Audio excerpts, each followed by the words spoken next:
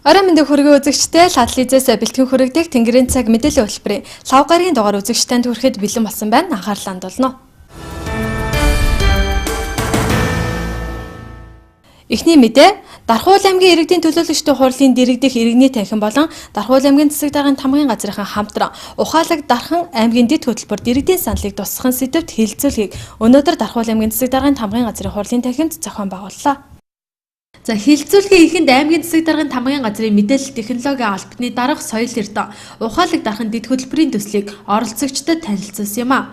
Аймгийн иргэдийн төлөөлөгчдийн хурал тэргүүлэгчдээс бүрийн эрхийн хугацаанд баримталж ажиллах үндсэн чиглэл аймгийн засаг даргын 2017-оос 2020 онд хэрэгжүүлэх үйл ажиллагааны хөтөлбөрийг хэрэгжүүлэх, за төрийн үйлчилгээний чанар хүртээмжийг дээшлүүлэх, төр болон төрийн бус байгууллагуудын хамтын ажиллагааг өргөжүүлэх, дарханчуудын технологийн дэвшил, мэдээллийн эрүү үед ажиллах, амьдрах таатай орчныг зайлшгүй шаардлагыг үндэслэн ухаалаг дархан аймгийн дэд хөтөлбөрийн төслийг боловсруулсан байна.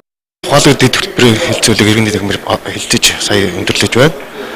Аймгийн засаг даргын 2017-оос 2020 он хүртэл хэрэгжүүлэх арга хэмжээний төлөвлөгөөнд ухаалаг дархан дэд хөтөлбөрийг хэрэгжүүлнэ гэдэг нэгэн дөрөвдөх заалтан дээр нь байж байгаа. За энэ хөтөлбөрийн хүрээнд ухаалаг дархан дэд хөтөлбөрийг боловсруулсан ажлын хэсэг өнөөдөр иргэний танхимын хэлэлцүүлгээр асуудал оруулж иргэдээс санал авлаа. Энэ хэлцүүлэгт шинжлэх ухааны технологийн сургуулийн багш нар, иргэд оюутнууд, дархан сумын багийн иргэдийн нийтийн хурлын дарга нар, багийн засаг дарга нар, аймгийн засаг даргын тамгын газрын ажилтнууд мэдээлэл технологийн алба хамтран зохион байгуулж нийт 60 орчим иргэн хамрагдлаа. За төрийн байгууллагын үйл ажиллагаа, үйлчилгээ, мэдээллийг иргэдэд ил тод нээлттэй хөвтөмжтэй түргэн шуурхаа хүргэж, төрийн айн санамжийг төгөлдржүүлэх, түүнд суурьсан захим засгийн үйлчилгээ хөгжүүлэх зорилгын хүрээнд ухаалаг засаглал бүхий төрийн үйлчилгээ, ухаалаг харилцаа, түүнд суурьсан дэд бүтэц, ухаалаг иргэд, ухаалаг амьдрал гэсэн үндсэн дөрвөн зорилтыг дэвшүүлжээ.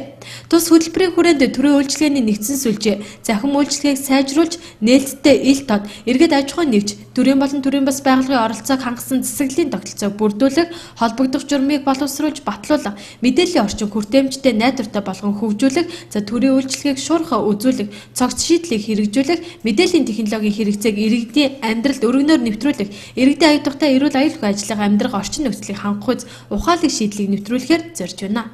Тэгэхээр ухаалаг дархан маань бол нэгдүгээр ухаалаг засаглал, за ухаалаг хэрэглээ, ухаалаг одоо иргэн ухаалаг амьдрал гэсэн ийм чиглэлүүдээр дархан хотыг одоо ухаалагжуулах ямар асуудлыг дэвшүүлэх гэдэг энэ концепцийг дэвшүүлж хөтөлбөрийнхаа төслийг өнөөдөр танилцуулах хийж байгаа. Бид бол одоо 5 сард энэ хөтөлбөрөө саяны иргэдээс авсан санал тулгуур дахин боловсруулалт хийгээд за мөн эрдэмтэд мэргэжлийн байгууллагын судалгааны дүнг дахиж нэгтгээд 5 сарын ихээр бол засгийн зөвлөлийн хуралд ухаалаг дархан дэд хөтөлбөрийн төслийг хэлэлцүүлнэ. За засгийн зөвлөлийн хурлаар дэмжигдвэл аймгийн иргэдийн төлөөлөгчдийн хурлын тэргүүлэгчдийн хуралдаанд орж энэ хөтөлбөрөөр батлагдах юм учиртай. Тэгээд эхний хагасжил багтаад батлагдаад энэ хөтөлбөр маань одоо өнгөрсөн 2020 он хүртэлх жилүүдэд хэрэгжих ийм хөтөлбөр байгаа.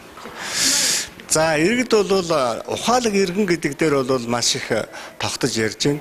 Иргэдийг ухаалагжуулах хэрэгтэй байна гэж. За гэр хороолд бол одоо ухаалаг амьдрал бол одоо гэр хороолт бол төдийлөн бодит амьдрал дээр нийцэхгүй байна гэдэг асуудал ярьж байгаа. Тэгэхээр бид бол ихтэй иргэдийн ухаалаг төвшөнд хүргэе гэж. За иргэдийг яаж ухаалаг төвшөнд хүргэе гэхээр зэрэг одоо хуучин бол соёнгийг өөрчлөх гэж яриад байгаа юм тийм.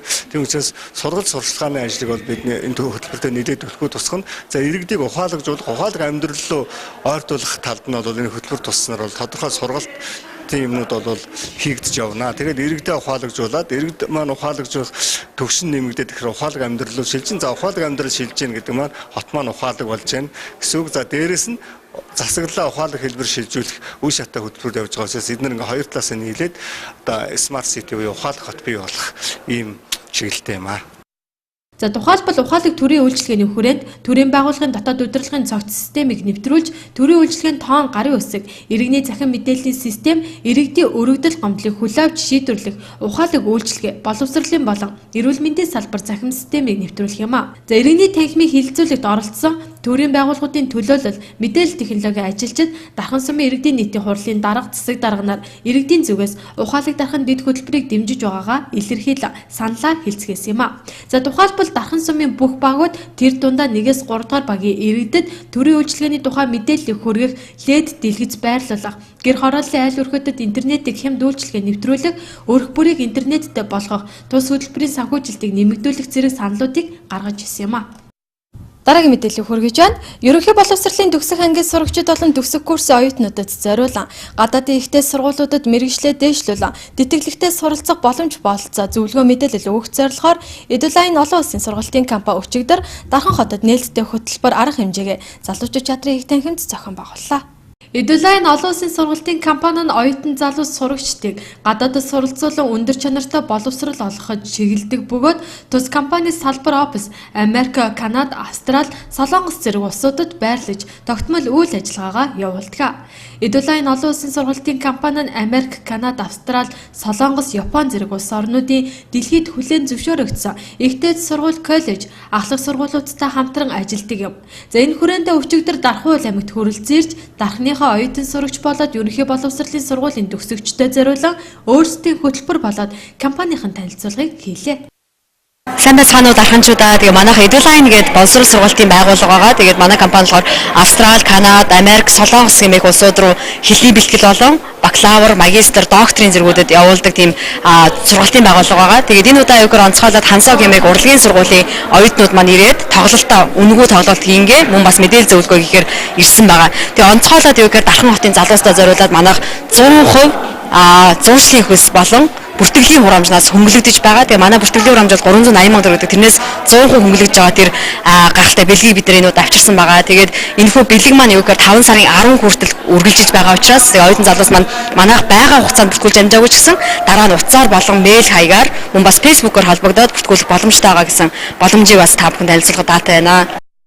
Эдулайн олон улсын сургалтын компани нь 2004 оноос эхэлтэй бөгөөд дээрх хугацаанд бүгд найрамдах Солонгос улсын 50 гаруй ихтэй сургууль, коллежид 500 гаруй оюутан залуусыг, Америк, Канада, Австрали улсын 90 орчим ихтэй сургууль, коллежид 450 гаруй оюутан залуусыг амжилттай суралцуулж, дэлхийн түвшинд дүүцгүйц мэдлэг боловсрол эзэмшигт нь дэмжлэг үзүүлэн Монгол улсын боловсролын салбарт үнэтэй хувь нэмэр оруулж ирсэн юм а. За ийхүү төгсөх ангийн сурагч болон оюутан сурагч та бүхэн маань гадаад улсыг зорж мэдлэг оюун дээшлүүлэхийг хүсвэл Эдулайн олон улсын сургалтын компанид хандаарай. За илүү их мэдээллийг 7011 Тэг5 Тэг3 95 16 10 Тэг6 гэсэн утсаар лавлан асуугаарай. Үзэгч та бүхэндээ дараагийн мэдээлэл хүргэж байна. Өнөөдөр Дархан аймгийн нэгдсэн эмнэлгийн хурлын танхимд шинэ сувилагчийн тангарах сэргээх ёслолын ажиллагаа боллоо. Сувилагч мэргэжилтэн хүү ардынхаа эрүүл мэндийг сахин хамгаалахад эрдэм оюун мэдлэг чадвараа зориулахаа батлан илэрхийлж тангараг өргөдгөө. Сувилгын албанаас олон улсын сувилагчийн өдрөө өгсөн олон ажлуудыг уламжлалт болгон зохион байгуулдаг бөгөөд үүний нэг арга хэмжээ өнөөдөр зохион байгуулагдсан нь шинэ сувилагчийн тангараг сэргээх ёслолын ажиллагаа байсан юм а. Жил болгон бид нар уламжлал болгож сувилагчийн байрыг ухтаж шинээр ажилд орсон хүний нөөцтэй тангараг өргүүлдэг ёслолын үйл ажиллагаа хийдэг байгаа. Ер нь тангараг өргөнүүд бол өөрөө одоо төгөлдөр. Хүний сайхны төлөө, хүний эрүүл мэндийн төлөө аливаа нэг үйлдэл хийхдээ алдаа мадаггүй зөв замаар хүний аюулгүй талаас нь бодож үйлдэл хийнэ гэсэн тангараг юм аа. Энэ бол өөрөө сайн ч байг, муу ч байг, эсвэл өөрөө ядууч байг, зүдүүч байг. Ямар тохиолдолд би нэг сэтгэлээр босдоо тусламж үйлчилгээ үзүүлнэ гэсэн няцшгүй тангараг юм аа. Тэгэхээр зэрэг бид нар бол нэгэн тангараг өргөсөн бол энэ эрүүл мэндийн тусламж үйлчилгээ хүнд чанартай хүртээмжтэй ил тод үзүүлэх ёстой гэсэн энэ үүднээс юм бол энэ тангарыг сэргээж өргөдөг байгаа. За сувилагчийн үйлчлүүлэгчдийн хэрэгцээ эрх ашигыг нэн тэргүүн тавьж эмнэлгийн тусламж үйлчилгээнд хандах зөв хандлагыг хэвшүүлж Монгол улсын ангаах ухаан эрүүл мэндийн салбарт оруулсан тус эмнэлгийн хувь нэмэр болоод ололт амжилтыг үргэлжид баттган баяжуулж явах үүрэгтэй байдаг билээ. Манай нэгдсэн эмнэлэгт бол 282 сувилагч засгийн мэргэжилтэн байдаг. За өнөөдөр бол манай шинээр ажилд орсон 12 сувилагч засгийн мэргэжилтэн тангарахаа өргөхөөр бэлэн болоод байна. За жил бүр олон улсын сувилагчийн өдөр гэж болдог. Энэ 5 сарын 12-нд Florence Nightingale-ийн төрсөн өдрөөр болдог. За Florence Nightingale гэдэг маань одоо асан сувилах одоо энэ яг сувилахын чиглэлээр одоо манай дэлхийд алдартай ийм эмэгтэй байгаа. Тэгээд энэ Florence Nightingale-ийн өдөр бид нар шинэ сувилагч нараа тангараг өргүүлж батламж гартуулдаг байгаа. Тэгээд энэ үйл ажиллагаа маань 3 дахь жилдээ болж байна тогтвол. Өнөөдөр сувилагчийн тангараг үрж аваад миний хөдөлгөөн маш баяртай. Тэгээд өнөөдөр энэ тангараг үрснийхаа төлөө маш сайн ард түмнийхаа төлөө зовлон шалгаа, зовир шалгаа гэдэг арилгахын төлөө дайрчлан ажиллах болно гэдэг хамтдаа тангалан амлаж байна. Тийм ээ, өнөөдөр манай шинэ сувилагчдын маань тангарагын баяр энэ үйл ажиллагаа болж өндөрлөө. Өнөөдөр тангараа үрсэндээ миний хувьд бол маш сэтгэл өндөр мэдээж их амьдралд минь анх удаага бас энэ хөө аз жаргалтай мөчөг олгогдож энэ сувилагч гэдэг мэргэжлийг эзэмшиж тангараа үрсэндээ маш их баяртай байна. Тэгээд хамт үргэсэн найз нөхөд ах トゥ тий хамт ажиллаж байгаа хүмүүстэй цааш цаашдынхаа ажилд нь амжилтын өндөр амжилт амьдралд нь хамгийн сайн сайхныг хүсье. За ийхүү өнөөдрийн тангараг өргөх ёслол нь хамт олноороо бахархах, хамтаж үзэлтэй байгуулахын соёлыг бий болгон хөгжүүлж, эрүүл мэндийн салбарын шинжилгээний бодлогыг тууштай хэрэгжүүлэхэд тангарагын зорилго оршиж байгаамаа. Дараагийн мэдээлэл хүргэж байна. Дархуул аймгийн засаг даргын зөвлөл өчигдөр 14 цагт 68% эрсдэлтэйгээр хуралдлаа. Хурлаар аймгийн аялал жуулчлалыг хөгжүүлэх дэд хөтөлбөр, төр байршуулах байрны менежментийн асуудал болоод багш хүчит сургалтын хөтөлбөрийн төслийг холбогдох удирдлагуудад танилцуулсан юм а. За сүүлийн жилүүдэд өсөн нэмэгдэж байгаа дотоодын жуулчдын урсгал хөдөлгөөн, эрэлт хэрэгцээ, аялал жуулчлалын уламжлалт, за бодлого чиглэлээ эргэн харж, дотоодын жуулчдад зориулсан бүтээгдэхүүн үйлчилгээний төрөл хэлбэрээ нэмэгдүүлж, төлбөрт үйлчилгээг бий болгон, орон нутгийн дэвтэртэй хөгжлийг хангах, жуулчдын аюултай аюулгүй орчим бүрдүүлэхэд энэхүү дэд хөтөлбөрийн гол зорилго оршиж байгаамаа. Тус дэд хөтөлбөрийг нухацтай сайн дахин боловсруулах шийдвэрийг зөвлөлийн гишүүд гаргасан юм а. За Дархуул аймгийн засаг даргын зөвлөлийн хурлаар дараах 3 асуудлыг хэлэлцлээ. За аймгийн аялал жуулчлалыг хөгжүүлэх дэд хөтөлбөрийг шинжилэн батлах тухай. За мөн төр байршуулах байрны менежментийн асуудлыг хэлэлцэх тухай. За багшийн хөгжил сургалтын дэд хөтөлбөрийг танилцуулах тухай гэсэн 3 асуудал зөвлөлийн хурлаар орлоо.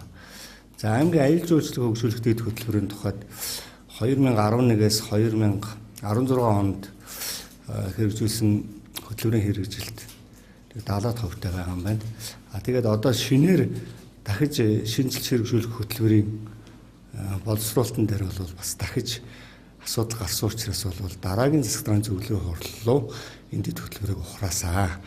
За Монгол Улсын үндэсний хөгжлийн цогц бодлого зорилтын хүрээнд Дархуул аймгийн хэмжээнд орц болон хонгил дулааны худаг түнд нөхцөлд амьдардаг гэр оронгүй тэнмэл иргэд хар чандах хөнгөө ганц бие ахмад настай хөгжлийн бэрхшээлтэй иргэн төрөөс зайшгүй анхаарал халамж шаардлагатай өөрийн гэсэн орон гэргүй ажил мэргэжилгүй за 18-аас дээш насны зорилтод бүлгийн иргэд мөн гэр бүлийн хүчирхийлэлд өртсөн эсвэл хүчирхийлэлд өртөж болзошгүй хохирогч түүний хүүхдэд нийгмийн халамжийн үйлчлэгийг үзүүлэх тэдний бие даа амьдрах итгэл үнэмшилтэй болгох амьдрах чадварт сургах хөдөлмөр эрхлэлтийг дэмжих нь за ажлын байртаа болгох нийгэмшүүлэх гол зорилготой төр байршуулах байрны менежментийн асуудлыг 2017 оны 5 дугаар сарын 1-нд хуралдах за аймгийн иргэдийн төлөөлөгчдийн хурлын за тэргүүлэгчдийн хурлаар танилцуулахаар болсон байна.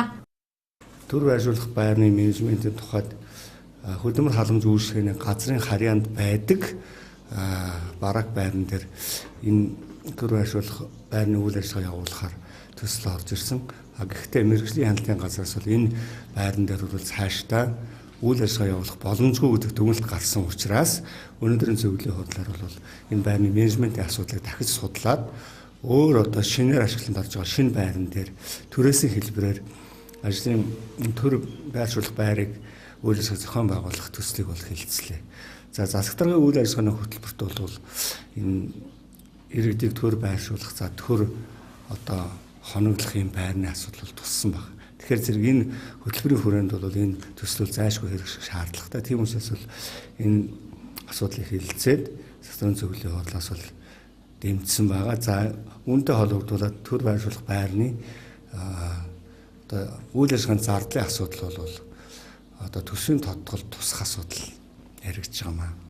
За суралцагч бүрийг хөгжүүлэх чиглэсэн багшлах арга зүйд тулгамдж буй асуудлыг судлан илрүүлж шийдвэрлэх арга замыг сонгон ажлын байран дээр тасралтгүй хөгжих таатай нөхцөл бүрдүүлэх, хүүхдийг хөгжүүлдэг багш төлөвшүүлэх, тэргуун туршлагыг түгээх зорилготой багшийн хөгжил сургалтын хөтөлбөрийн төслийг дэмжснээр за энэ өдрийн аймгийн засаг даргын зөвлөлийн хурал өндөрлсөн юм а. Мэдээллийн хөтөлбөрийг сонгон үзэж байгаа үзэгч та бүхэндээ баярлалаа. Дараагийн мэдээлэл хүргэж байна. За 2017 оны 4-р сарын 28-наас 30-ны өдрүүдэд Улсын дараамын Эрдэмийн театрын уран бүтээлчид манай аймагт аялан тоглолт хийхээр хүрэлцэн ирээд байна. За тэд зохиолч Гүр Базрын шин цагийн утга зохиолыг үндэслэгч, соён гээгэрүүлэгч, төр нийгмийн сэтгэлтэн нацагд орчийн амьдрал уран бүтээлээс сэтүүлсэн жаргаагүй нар түүхэн эмгэнэлж жүжиг, боловсрол соёл шинжилгээ ухаан спортын яамны хүүхдэд зориулсан уран бүтээлийн төслийн уралдаанд шалгарсан Баярмаа болон Хишиг Заяа нарын зохиол зарцаан намжил хүүхдийн жүжигийг тус дарханчуудын хүртэл болгохоор хүрэлцэн ирээд байна.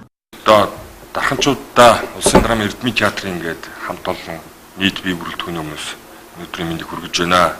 Тэгэхээр манай театрын хамт олон шинэ 2 уран бүтээлээ одоо үлгэдэж аваад удаагүй байгаа. Энийг одоо Дархан хотын үзэгчид та бүхэндээ толиулахаар 40 гаруй хүний бүрэлдэхүүнтэй хүрэлцэж ирээд байна.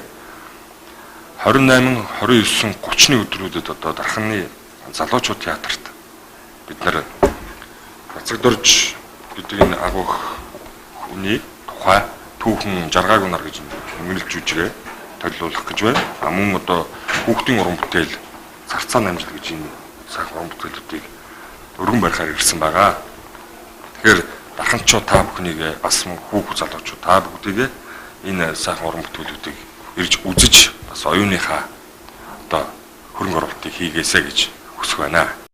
За аялан тоглолт Дархан хотод 4-р сарын 28-наас 30-ны хүртэл үргэлжлэх бөгөөд хөтөлбөрт театрын уран санд тоглож буй үндэсний түүхэн орчин үеийн хүүхэд залуучуудын сэдвтэй шилдэг уран бүтээлүүдээсээ дээшлэн хүрэх гэж байгаа нь энэ юм а. За аялан тоглолттой холбоотой дэлгэрэнгүй мэдээллийг 96.1178 дугаараас лавлаа асуух боломжтой. Орон нутгийн цасан мэдээ сурвалжлагын анхаарлын төс үзэгч та бүхэндээ баярлалаа. Үргэлжлүүлээд олон улсад өрнөсөн мэдээллийн дэлгэрэнгүй орчуулагч редактор Давсан гэмтгснээр хүргэж байна.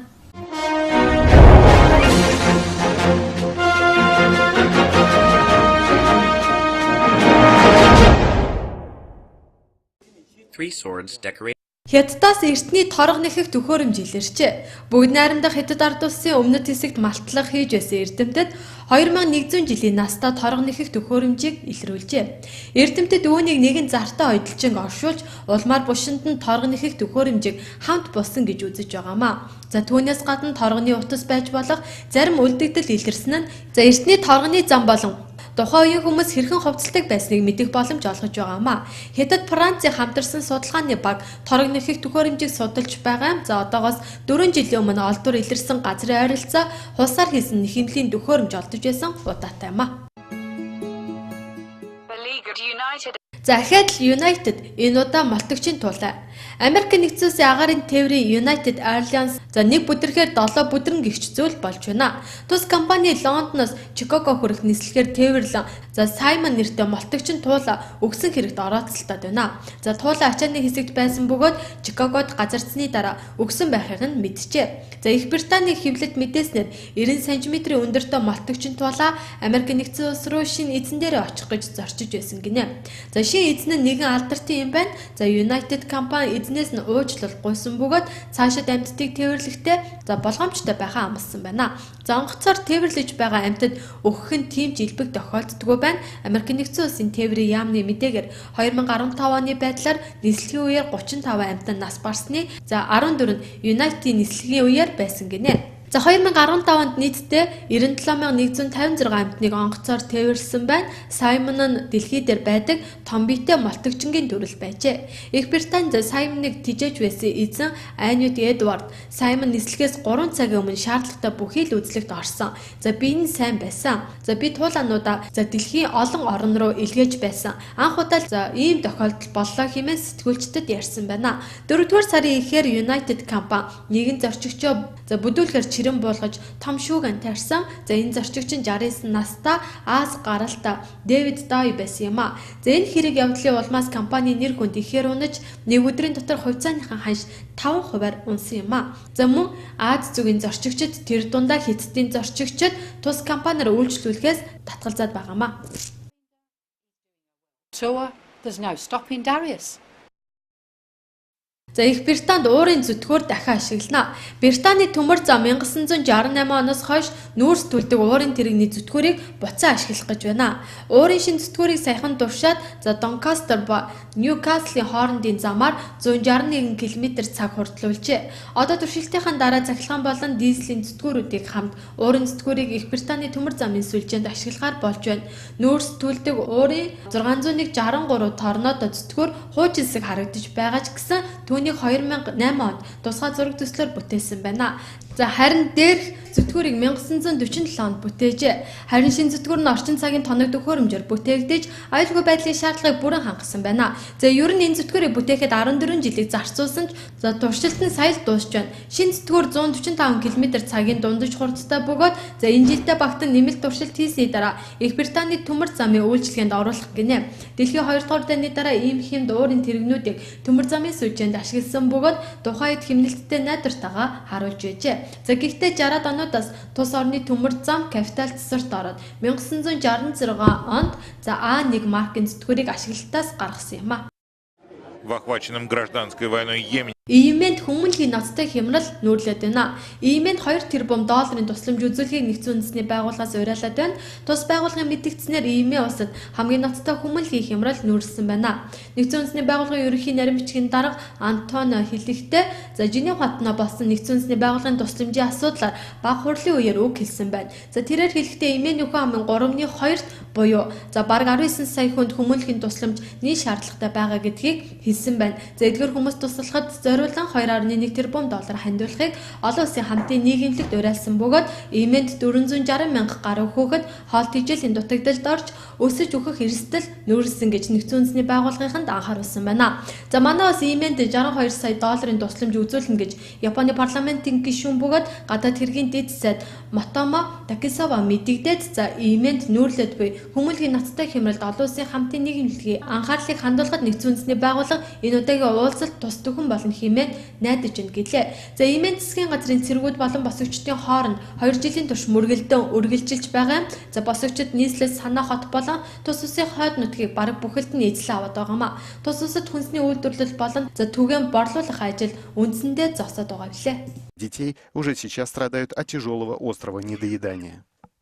Дэлхийд дахин дөрөнсөн мэдээ сурвалжлага үзэгч та бүхэндээ толилуулан хүргэлээ. Тэнгэрийн цаг мэдээллийн хөтөлбөр улс цагуур орчны шинжилгээний албанаас ирүүлсэн цаг агаарын мэдээллийг хүргэж байна.